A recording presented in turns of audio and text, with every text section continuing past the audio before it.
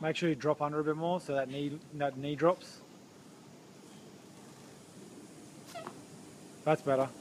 Remember, front foot. Keep up the form. We're starting to fatigue a little. Stay on the toes when you throw.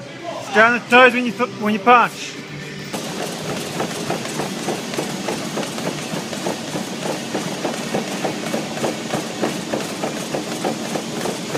And rest. That's good, that's good.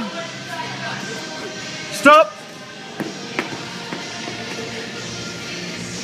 Grab the arm, grab the shoulder blade. That's good, that's good. Stay upright. And start. Straight back into it, let's go. Second punch fast. Teamwork, guys, communication. Stay nice and straight for the core. Good.